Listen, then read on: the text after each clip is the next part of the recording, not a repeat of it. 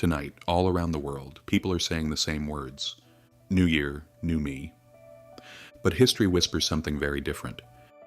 For emperors, kings, and governments, the real phrase was, new year, new money. From Rome to the Middle Ages to our modern states, the turning of the year was never just a calendar detail. It was the moment when taxes were reset, debts were rewritten, and the rules of money quietly changed. We count down under fireworks. We hug, we cheer, we say Happy New Year. But behind closed doors, someone else is signing new rules into existence. In this video, I want to show you why. You should never look at New Year's Eve the same way again. I will take you to Rome, where the first day of the year was turned into a financial weapon. Then to the church, which learned how to use New Year's guilt and hope to fill its coffers. And finally, to the modern state where Happy New Year often means. New taxes, new debt, new budget. If you're ready, let's tear the new year off the calendar and look at it through the eyes of money. In ancient Rome, the first day of the year was not just a fresh page. It was the day of Janus, the god with two faces, one face looking back at the past, and one staring straight into the future. Those two faces are the perfect symbol for how Rome saw money. On one side, power, on the other side, debt. In the Roman calendar, the first day of every month was called the calends, but the first calends of the year, that was special. That was the anchor point for taxes and for debts, for everything people owed to the state. Emperors loved this date, because on the first day of the year they could do more than make promises. They could remake the money itself. New coins would be minted. The emperor's face would be struck again into metal, and with every coin placed into a citizen's hand, a silent message was delivered. New year, same ruler, same power, same creditor.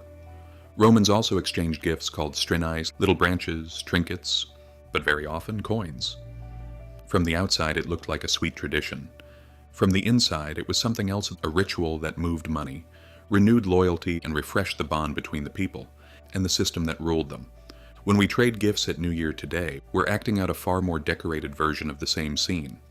Money changes hands. Brand loyalty is renewed. The emotional bond to the system is refreshed. We see fireworks and parties. They saw the first day of the year. As the day to decide who owed what and who stayed in charge, time moved on, empires fell. But one idea survived.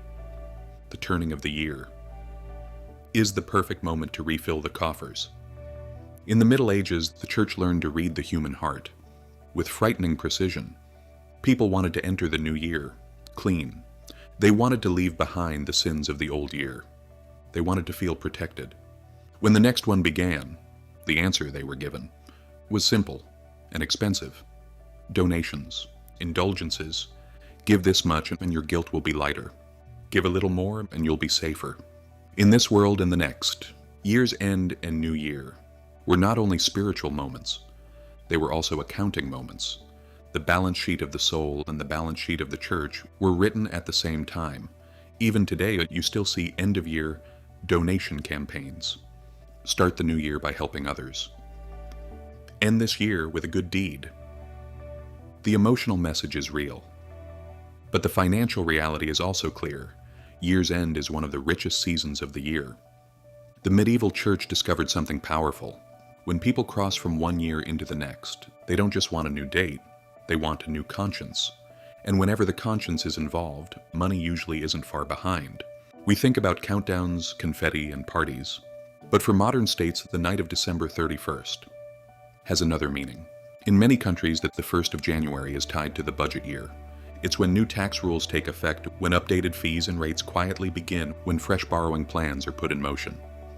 While we're getting ready for the parties, somewhere a document has already been signed. That decides how much more we'll pay this year.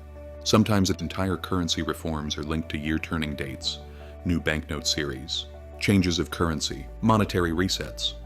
Why? Because the system needs a symbolic line. From this day, the old version of money is over. From this day, the new rules apply.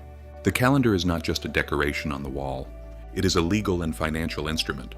On New Year's Day, the only thing that changes is not the color of the fireworks. Often the color and value of money change as well, right beneath our feet.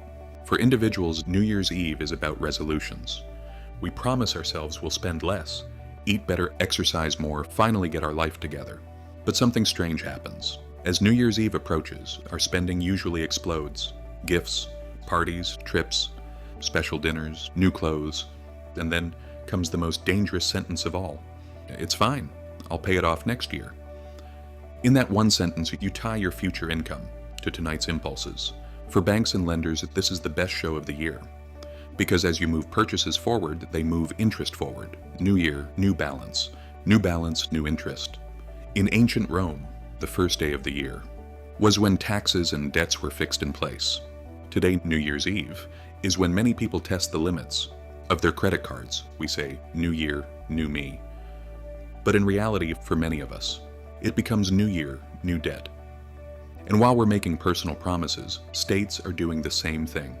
On a different scale, new borrowing targets, new debt ceilings, new plans to keep the machine running. On the same night, two countdowns are happening. The first is on the screen, 10, 9, 8. The second is hidden in numbers and contracts, new taxes, new prices, new obligations. And most people only watch the first one. New Year's Eve is not evil. People need hope. They need fresh starts. They need a sense that they can change. But history teaches us something sharp. When the calendar flips, it isn't only your life that resets. The rules that govern your money often reset too. In Rome, Janus had two faces.